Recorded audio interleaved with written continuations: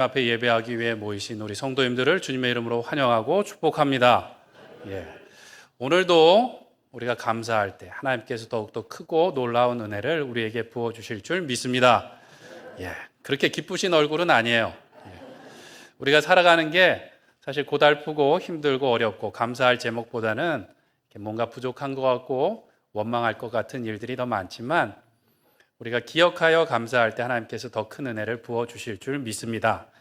러시아의 유명한 소설가였던 도스토옙스키, 발음이 어렵죠. 도스토옙스키가 그의 작품에 보면 인간의 인생에 대해서 아주 길게 그 대서사시와 같은 소설을 쓰는데 보면 인간 안에 있는 악과 고통에 대해서 아주 적나라하게 표현하는 작품들이 많이 있습니다.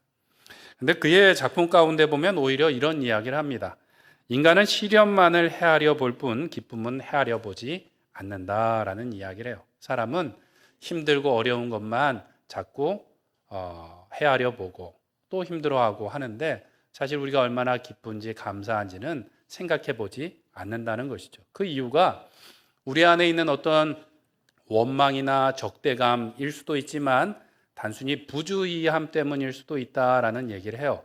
무엇인가 하면 우리가 교만한 마음으로 마치 어떠한 자격이 있는 사람처럼 착각하기 때문에 감사하지 못하고 기뻐하지 못한다라는 것이죠. 마치 우리가 태어날 때는 모든 것이 다 이렇게 세팅되고 다 갖춰진 것처럼 태어나는 것이 당연한 것처럼 우리가 착각할 때가 있고요. 또 우리가 누리는 것들이 마치 마트에 가면 그냥 금방 돈 주고 살 수 있는 것으로 생각하기 때문에 사실 잘 감사하지 못한다는 거야. 돌이켜보면 그런 것들은 하나도 없습니다. 당연한 것은 하나도 없고요. 우리가 누리는 것들 중에 그렇게 손쉽게 돈 주고 살 수 있는 것도 하나도 없는 거예요. 어디서부터 왔는가? 우리를 창조하신 하나님으로부터 온 은혜인 줄 믿습니다. 추수감사절을 우리가 이렇게 지키는 것은 그 은혜를 우리가 헤아려 보고 하나님 앞에 감사하기 위함인 줄 믿습니다. 오늘도 우리를 창조하신 하나님께서 죄 가운데에도 우리를 구원하여 주셨음에 감사하고 우리가 누리고 있는 모든 것이 나의 공로가 아니라 하나님의 은혜임을 고백함으로 우리 마음과 우리의 심령과 우리의 가정이 더욱더 풍성한 귀한 추수감사절 되시기를 간절히 축원드립니다. 아멘 하시면 벌써 이렇게 감사가 넘쳐날 줄 믿습니다. 오늘 본문에도 보면 예수님이 최후의 만찬을 하시는데 감사 기도하시는 장면이 나와요. 6월절 식사 기도했지만 십자가를 지시기 전에 제자들과 마지막 식사를 하시는데 예수님이 감사하고 또 감사하셨습니다. 이미 예수님께서는 유다가 자신을 팔아버릴 것을 이야기하셨어요. 이제 곧 있으면 예수님이 붙들려 가서 십자가를 지시게 되고 그 과정에서는 12명의 제자들이 안타깝게도 예수님을 부인하고 도망해버리고 말 것입니다. 예수님은 혼자서 십자가의 길을 가야 되는데 이 다음 장면에 보면 내 마음이 심히 고민하여 죽게 되었다라고 말씀하실 만큼 마음이 어려우셨어요. 땀방울이 핏방울이 될 만큼 간절히 기도해야만 되는 그러한 상황이셨는데 도무지 감사할 수 없는 상황이었는데 예수님께서는 제자들과 마지막 식사 자리에서 감사하시고 또 감사하셨다라는 거예요. 그리고 성찬 예식을 제정하시면서 주님께서 다시 오실 그날까지 이것을 행하여 나를 기념하라 라고 말씀하셨어요. 나를 기념하라 라고 말씀하신 것은 자신이 우리를 위하여 십자가를 지고 죽으심으로 우리를 죄에서 구원하실 그 일을 기념하라, 기억하라 라고 말씀하셨어요. 기념하고 기억한다라는 것은 다른 말로 무엇입니까? 감사하는 것이죠. 기억해서 그런 일이 있었습니다라고 말하는 것만 해도 감사하는 거예요. 예수님은 감사할 수 없는 상황에서 감사하셨고 자신의 전부를 드림으로 감사하심으로 우리에게 본을 보여주셨습니다. 오늘 우리의 삶 가운데 감사의 제목이 없는 것 같을지라도 예수님의 은혜를 생각하면서 예수님의 감사를 본받아 오늘도 우리의 삶에 이 감사가 넘치는 귀한 추수감사절 되시길 간절히 축원드립니다. 그렇게 하기 위해서 우리는 먼저 주신 것에 감사할 줄 알아야 되겠습니다. 예수님께서는 떡을 가지고 축복하셨다라고 오늘 본문에 말씀하고 있는데 이 율로게오라는 단어는 축복하다, 감사하다 두 가지 표현으로 다 쓰입니다. 그런데 우리말 성경에서는 이것을 감사 기도하셨다라고 번역하고 다른 복음서에서는 그냥 아예 감사 기도하셨다라고 적고 있습니다. 왜 이랬을까요? 이 식사가 무엇과 관계가 있는가 하면 유월절 식사와 관계가 있었어요. 그러니까 축복하셨다고 보기보다는 감사하신 게 맞습니다.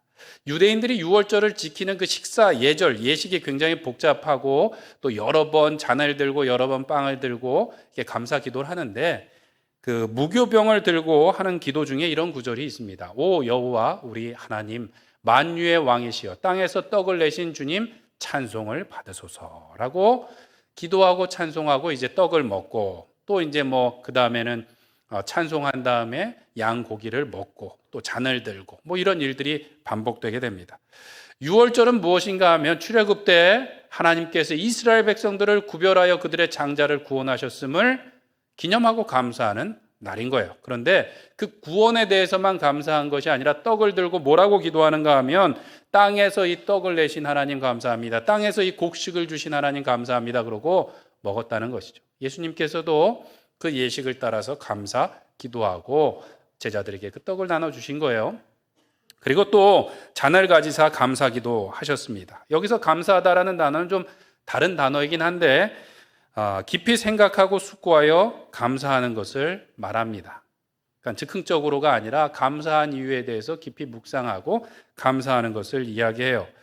역시 유대인들이 이 유월절을 지킬 때 보면 여러 번 포도주를 들고 하나님 앞에 감사하고 그것을 마시고 하는데 그 기도문에 보면 이와 같은 기도가 있습니다. 오 여호와 우리 하나님 만유의 왕이시여 포도 열매를 창조하신 주를 찬송하나이다 라고 기도한다는 것이죠. 감사한다는 것입니다. 그러니까 유대인들은 하나님 앞에 감사할 때 구원을 주신 것뿐만 아니라 이 포도 열매를 창조하신 하나님을 찬양하고 감사합니다. 우리에게 곡식을 주신 하나님 감사합니다 라고 되어 있어요. 이스라엘의 3대 절기가 사실은 다 보면 이 추수와 관계가 있고 다 감사의 절기입니다. 어떤 신학자는 우리가 딱 한마디 기도를 해야 된다면 무슨 기도를 해야 되는가? 하나님 감사해야 됩니다. 감사합니다. 라는 기도를 할 수밖에 없다는 것이죠.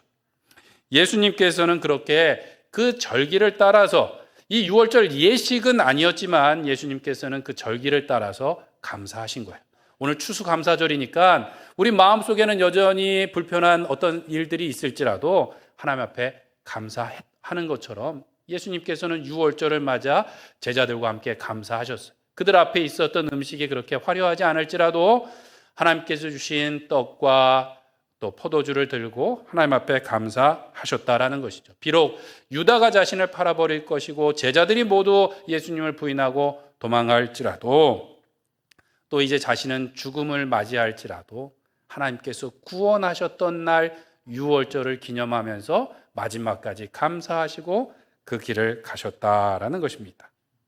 떡과 포도주를 주신 것을 감사하고 또 조금 뒤에 제자들이 자신을 버리고 도망갈 것이지만 아마도 예수님은 그 제자들을 주셨음에도 감사하셨을 것 같아요. 그러니까 사랑하시되 끝까지 사랑하시고 이제 금방 예수님을 부인하고 도망갈 제자들이지만 이것은 너희를 위하여 주는 나의 몸이다. 이것은 너희를 위하여 흘리는 나의 피다. 그러고 그들에게 자신의 살과 피를 주셨을 뿐만 아니라 이것을 기념하여 기억하여 지키라고 부탁을 하셨어요.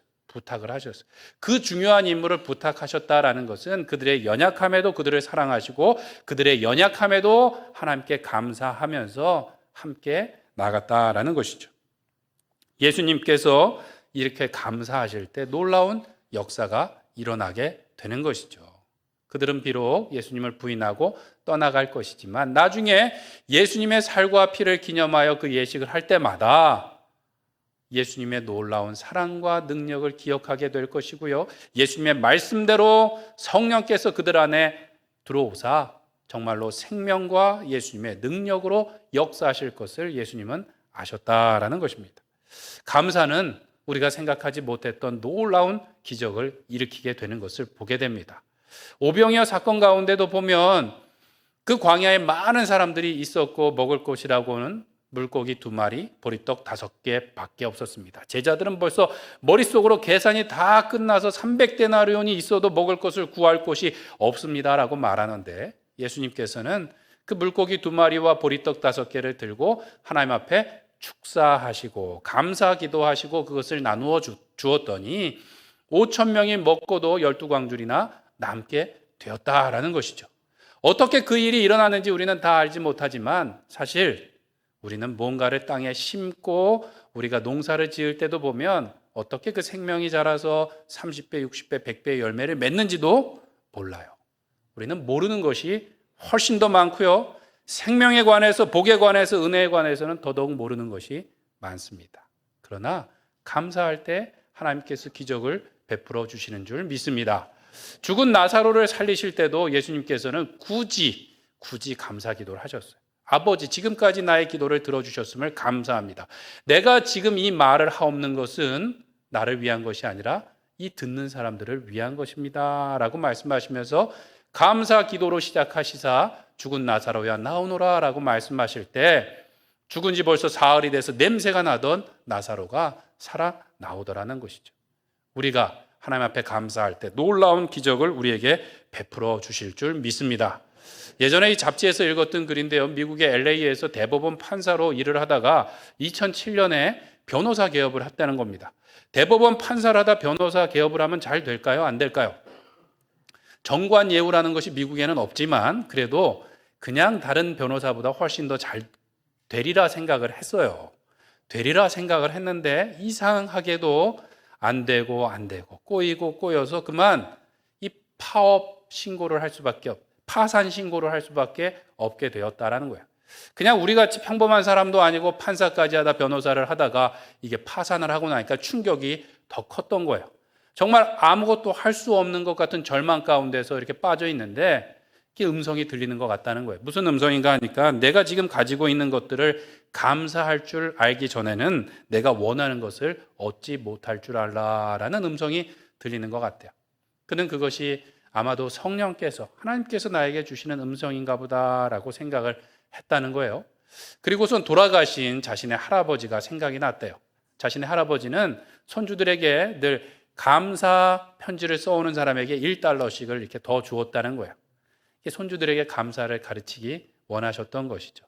그것을 생각하면서 그래, 그러면 내가 이제 감사해야 되겠다. 그리고 변호사 사무실을 열었을 때 만났던 사람들에게 감사 편지를 쓰기 시작했대요. 가능한 빨리 쓰기를 원했대요. 왜냐하면 이 숙제를 빨리 끝내기 위해서 막 썼다는 거죠. 청소를 도와주셨던 분, 또 때로는 별로 좋지 않은 관계에 있었던 분, 막 억지로 감사의 제목을 만들어서 쓰기 시작했어요. 숙제인 것처럼 끝내려고. 근데 쓰다 보니까 한 가지 깨달은 것이 무엇인가 하면 내가 그렇게 불행하고 이게 불쌍하고 이게 회복 불가능한 그런 상태는 아니구나라는 것을 첫 번째로 깨달았대요. 그리고 편지를 다 썼는데 보니까 아무 변화가 없더래요. 자신도 아무 변화가 없고 상황도 아무 변화가 없고 그런데 한 가지 변한 게 있더래요. 그럼 뭐냐 하니까 그를 만나는 사람들마다 당신이 너무 많이 변했다고 이야기를 해주더라는 거예요. 뭐가 그렇게 변했을까? 그도 궁금했는데 정말 그의 상황은 아직 변하지 않았지만 그의 삶 전체가 변화되는 것을 경험하며 차근차근 일어났고 그뿐만 아니라 그의 변화를 통하여서 그의 가정과 그의 만나는 사람들까지도 전부 다 변화되는 놀라운 기적을 체험했다라는 것입니다.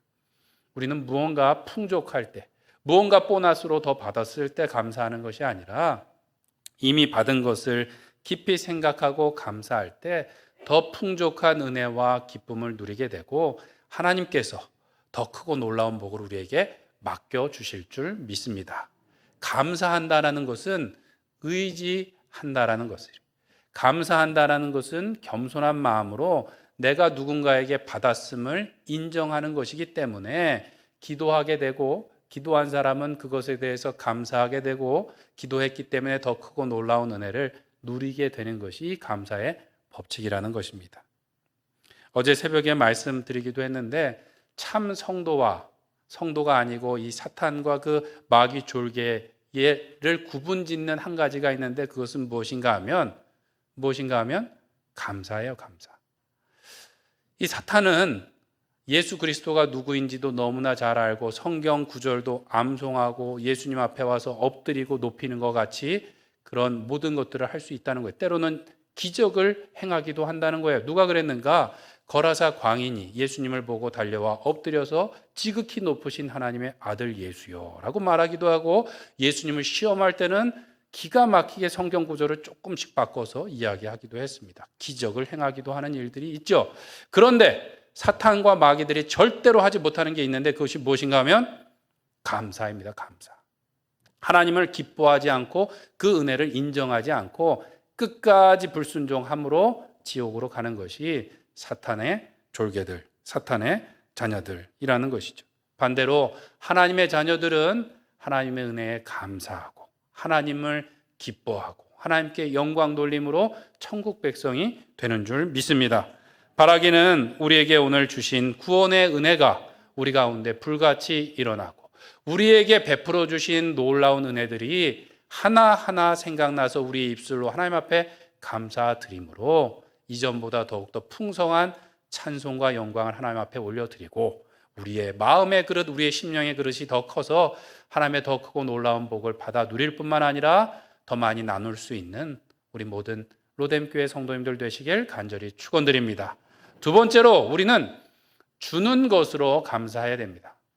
뭔가를 줌으로 감사해야 되는데, 그것은 온전히 순종할 때 오는 감사라고 하겠습니다. 예수님께서는 유월절에 쓰이는 빵과 포도주를 가지고 감사하셨는데, 이것은 너희를 위하여 주는 내 몸이다, 이것은 너희를 위하여 흘리는 내 피다 라고 말씀하셨어요. 이 성찬식을 할 때마다 이거 진짜 예수님의 몸을 우리가 먹는 건가 라는 생각을 하실 수도 있는데, 원시 부족들은 누군가의 몸을 먹으면 그 능력이 내한테 들어온다라는 그런 그 주술적인 의미가 있었지만, 성찬식은 전혀 그런 것이 아니고요. 예수님의 살과 피를 정말로 제물로 바쳤다라는 의미도 아니고, 예수님의 살과 피를 우리를 위하여 찢기시고 흘리신 십자가를 생각하며 그 살과 피가 성령의 능력으로 은사로 우리에게 들어온다라는 것. 그래서 죄를 이기고 예수님의 말씀대로 순종하며 살아갈 수 있다라는 것을 우리가 믿고 살아가는 것입니다. 예수님께서는 그것을 위해서 우리에게 살과 피를 주셨어요. 빵을 떼어서, 빵을 찢어서 우리에게 주셨는데, 예수님께서는 십자가에서 그 살을 다 찢기어 우리를 위하여 구원해 주셨습니다. 유월절 어린 양의 피를 문설주와 문인방에 뿌리는 것처럼 예수님께서는 나의 죄를 위하여 그 피를 십자가에서 다 쏟으셨는 줄 믿습니다. 그 예수님을 우리가 감사하며 나가야 되는데, 예수님께서는 오히려 자신이 우리에게 살과 피를 전부를 주시면서 감사하셨다라는 거예요. 그것을 주시면서 슬퍼하시거나 아파하신 것이 아니라 오히려 자신의 살과 피를 주시면서 감사하고 또 감사하셨어요. 더 가지기 위한 것이 아니라 전부를 내어주시고 죽기까지 순종하며 하나님 앞에 다 드리면서 오히려 더 감사하셨다라는 것이 놀라운 신비라고 할 수 있겠습니다. 그런데 이 이야기가 예수님뿐만 아니라 사도행전 20장에 보면 사도 바울도 비슷한 이야기를 합니다. 전도 여행을 다 마치고 이제 예루살렘으로 굳이 돌아가려고 해요. 그런데 많은 교회에서 예언자들과 기도자들이 그곳에 가면 결박과 환란이 기다립니다. 가지 마세요 라고 이렇게 권면하고 붙들더라는 것이죠. 그런데 사도 바울이 뭐라고 말하냐면요, 나의 달려갈 길과 주 예수께 받은 사명, 곧 하나님의 은혜의 복음을 증언하는 일을 마치려 하면 나의 생명조차 조금도 아까워하지 않노라, 귀한 것으로 여기지 않노라 라고 고백했어요. 밀레도에서 잠깐 머물면서 에베소에서부터 장로들이 와서 만날 때 에베소 장로들도 걱정하면서 울며 부둥켜 안고 그렇게 기도하며 말렸는데, 사도 바울이 이 얘기를 했어요. 그리고 에베소 교회를 위해서 부탁하는 말씀 중에 보면 20장 35절 우리 한번 같이 읽겠습니다. 시작. 범사에 여러분에게 모본을 보여준 바와 같이 수고하여 약한 사람들을 돕고 또 주 예수께서 친히 말씀하신 바 주는 것이 받는 것보다 무엇이 있다? 복이 있다 하심을 기억하여 할지니라. 아멘. 예수님께서 정확하게 어디서 저렇게 말씀하셨는지는 알 수 없는데 사도 바울은 기억하고 있어요. 주는 것이 받는 것보다 복되다. 사실 말씀하신 게 중요한 것이 아니라 예수님이 그의 삶으로 보여주신 것이죠. 주는 것이 받는 것보다 복된 줄 나는 믿고 따라갑니다. 나는 예수 그리스도의 그 복음, 생명의 복음을 전하는 데는 나의 목숨도 조금도 아까워하지 않고 갑니다. 여러분들도 주는 것이 받는 것보다 복되다는 것을 믿고 가난한 사람들, 약한 사람들을 잘 도와주세요. 그러고 마지막 그 길을 가면서 바울은 슬퍼하지 않았습니다. 오히려 감사하며 기뻐하며 그 길을 갔더라는 것이죠. 우리도 살아가면서 작은 선물을 내가 받는 것보다 누군가에게 줄 때 기쁨이 더 큽니다. 그렇죠? 예. 아멘 소리가 작으신데 속으로 아닙니다라고 말씀하시는 분들은 이 욕심에 사로잡혀서 시험에 들 가능성이 조금 있는 분들처럼 보입니다. 이게 드러나지 않고 너무 큰 선물을 누군가에게 준다 그런 건 뇌물이 될 가능성이 있는데 오히려 작은 선물을 내가 매일 만나는 사람들에게 주는 연습을 해나갈 때 오히려 우리 안에 이 샘 솟는 것 같은 기쁨과 감사가 있게 되는 줄 믿습니다. 왜 부모님들이시면 자녀들이 이게 밥상에서 밥을 너무 잘 먹어요. 그러면 쌀값이 걱정되시나요? 아니면 애가 너무 예쁘고 감사하시나요? 예쁘고 감사하시죠. 무엇이 감사한가? 아이가 밥을 잘 먹고 건강하게 클 것이 또 감사하기도 하지만 저는 그렇더라고요. 능력이 없는 제가 뭔가를 아이들에게 해줄 수 있어요. 최소한 밥은 먹일 수 있다는 것이 감사한 거예요. 자녀들을 키우시면서 조금 더 잘 가르치기 위해서, 조금 더 뭔가 배움의 기회를 주기 위해서 아마 애쓰시고 수고하시고 몸에 골병이 들도록 일하신 줄 압니다. 그러면 속으로 열받으세요? 감사하세요? 감사하시죠. 아이들을 위해서 내가 뭔가를 해줄 수 있음에 감사하신 줄 압니다. 아마도 예수님의 마음이 그와 같았을 줄 압니다. 우리를 위해서 자신의 살과 피를 다 내어주심에도 예수님께서는 감사하신 거예요. 그리고 하나님 아버지 앞에 전부를 드림에도 불구하고 오히려 예수님에게는 감사가 충만했는 줄 믿습니다. 그래서 제자들, 이제 금방 모른다 그러고 버리고 도망갈 제자들이지만 그 제자들과 함께 감사하고 감사하며 그 마지막 시간을 지내셨는 줄로 압니다. 사랑하는 성도 여러분, 우리도 그 예수님의 감사가 우리 가운데 있기를 소원합니다. 우리가 더 없을지라도, 우리가 원하는 것이 우리 손에 없을지라도 우리가 나누고 베풀고 하나님 앞에 오히려 힘을 다하여 드릴 때 우리 마음속에서 정말 이 숯불과 같은, 이 안에서 용광로와 같은 그 뜨거운 감사가 우리 가운데 나올 줄 믿습니다. 중국의 내지 선교의 아버지라고 하는 허드슨 테일러 선교사님이라고 있습니다. 중국의 이 내륙까지 들어가는 것은 사실 당시에 중국인들도 쉬운 것이 아니에요.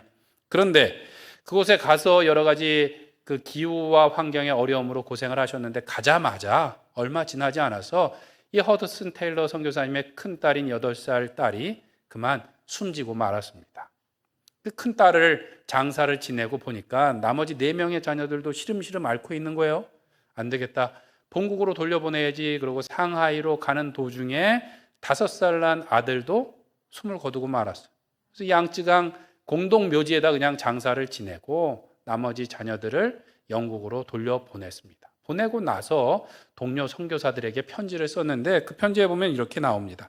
저는 오늘 사랑하는 아이들과 중국에서 마지막 시간을 보냈습니다. 제 2 아이에 대해서는 이제 근심 걱정하지 않아도 됩니다. 그들은 이제 예수님 품 안에서 쉬고 있습니다. 형제들이여, 내 눈물은 그칠 줄을 모르지만 하나님께 감사하고 있습니다. 아무 가치도 없는 저에게 이 위대한 하나님의 사역 일부를 맡겨주심에 감사하고 있습니다. 그리고 이 사역에 뛰어든 것을 조금도 후회하지 않고 있습니다. 이것은 주님의 일입니다. 라고 고백했대요.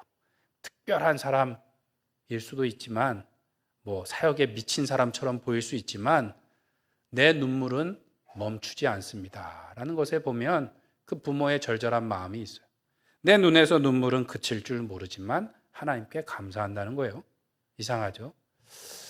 그리고 이 선교사님은 이 중국의 선교를 위해서 또 애를 쓰셨는데 또 몇 년이 지나고 나서 그 선교사님의 아내가 그 아이를 출산하다가 영양실조, 영양결핍으로 산모도 죽고 아이도 죽게 되었더라는 것이죠. 그런데 그 마지막 임종을 지켜봤던 다른 사람들이 회고하기를 이렇게 기록을 합니다. 저는 이런 장면을 한 번도 본 적이 없습니다. 사랑하는 테일러 부인을 보낼 때 이 허드슨 선교사님은 무릎을 꿇고 그녀를 주님의 팔에 의탁했습니다. 선교사님은 그녀와 12년 동안 행복하게 살 수 있었음에 하나님 앞에 감사를 드렸고요. 영원하신 주님께서 자신의 아내를 데려가심에 감사를 했습니다. 그리고 남은 생을 주님을 위해서 살겠노라고 또 헌신 기도를 했습니다. 저는 이런 광경을 본 적이 없습니다. 라고 그 옆에서 본 사람들이 회고를 하더라는 것이죠. 그리고 허드슨 테일러 선교사님이 동료들에게 편지할 때도 감사뿐이었다고 합니다. 이 선교사님이 그런 어려움 중에도 감사와 기쁨을 하나님 앞에 올릴 수 있었던 것은 그것이 예수님의 기쁨과 예수님의 감사와 닮아 있기 때문인 줄 믿습니다. 부족한 나, 겸손한 마음으로 내가 하나님 앞에 무언가를 드릴 수 있고 헌신할 수 있음에 오는 감사인 것이고요. 부족한 자신이지만 또 자신의 가족들이지만 그 헌신과 수고를 생명을 통하여 누군가에게 새 생명을 전할 수 있음에서 오는 감사인 줄 믿습니다. 그것은 눈물이 멈추지 않지만 하나님 앞에 감사할 수 있는 것인 줄 믿습니다. 우리들은 사도 바울이나 허드슨 테일러와 같이 그렇게 큰 헌신을 하지 못할지라도 우리가 섬김과 순종을 해나가면서 무언가를 베풀고 섬기고 하나님 앞에 올려드리면서 이 예수님을 닮은 감사를 누리시는 우리 성도님들 되시길 간절히 축원드립니다. 분명한 것은 우리가 무언가를 받을 때보다 나누고 베풀고 섬길 때 더 큰 감사가 있게 됩니다. 사역을 하다 보면 여러 성도님들을 위해서 기도하는데 그 기도를 같이 했던 성도님의 기도 제목이 응답될 때는 기쁘죠. 그런데 기도 부탁은 잘 하시는데 기도가 응답되고 나서 말씀하시는 분들은 그렇게 많지 않으세요.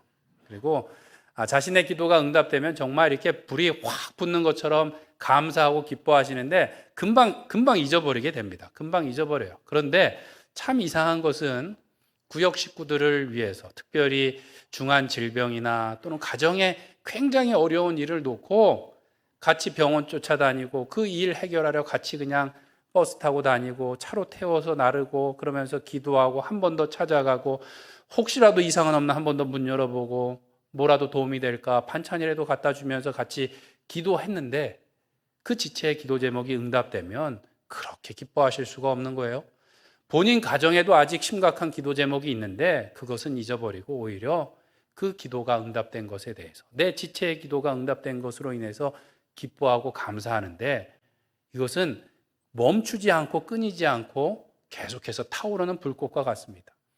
내 기도 제목이 응답된 것은 금방 잊어버려요. 금방 감사가 꺼지는데 나와 함께 기도하고 내가 수고해서 누군가 기도했는데 응답된 것은 마치 막 훈장과 같이 계속해서 자랑하며 감사하며 기쁨을 나누게 되는 것을 보았습니다. 사랑하는 성도 여러분, 우리도 이런 예수님의 기쁨이 우리 가운데 있기를 축원드립니다.